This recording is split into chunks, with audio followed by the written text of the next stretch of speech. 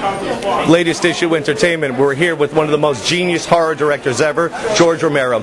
Tell us about your fascination with zombies. I'm not particularly fascinated with zombies. When I grew up, zombies lived in the Caribbean. They all were picking cotton for Lugosi. And when I made Night of the Living Dead, I never called them zombies. I called them ghouls and flesh eaters, and I never thought that they were zombies. And I never used the word zombie really till the second film, and I just used it once, sort of hesitantly. But they've become sort of zombies, haven't they?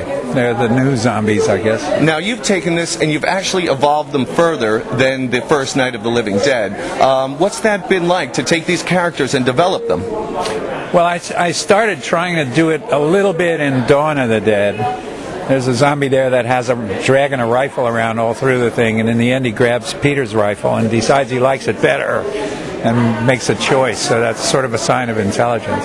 And the Flyboy zombie remembers, even after he's dead, remembers where the wall is and where they used to live. So I was trying to begin that development, and then in Day of the Dead there's a zombie character named Bub, who is clearly quite advanced. And of course in Land of the Dead now they're sort of organizing behind a leader.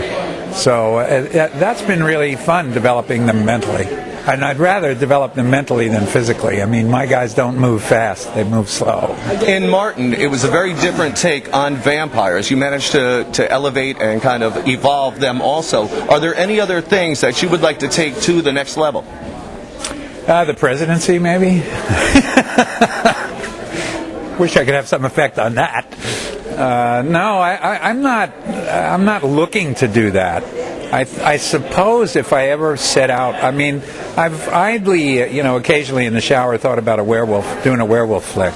So maybe I'll get to that before I'm in the grave myself. But then I'm not quite exactly sure what I'd do with it. But really go back to the ancient lore about it, and forget the wolfbane and the moon and all of that stuff. Right. What would you say to the people who look down on horror movies and say, "Oh, that's not art"? What would you say to them?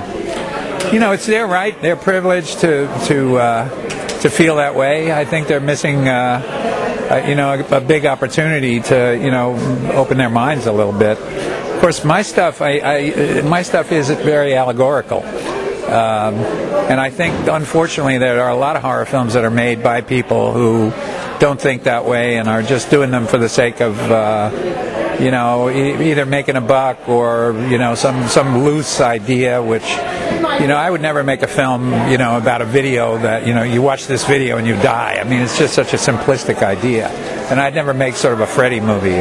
My stuff is all more political and more focused on characters, and it's more gothic and traditional that way in a certain sense, but at the same time it's outrageous and irreverent.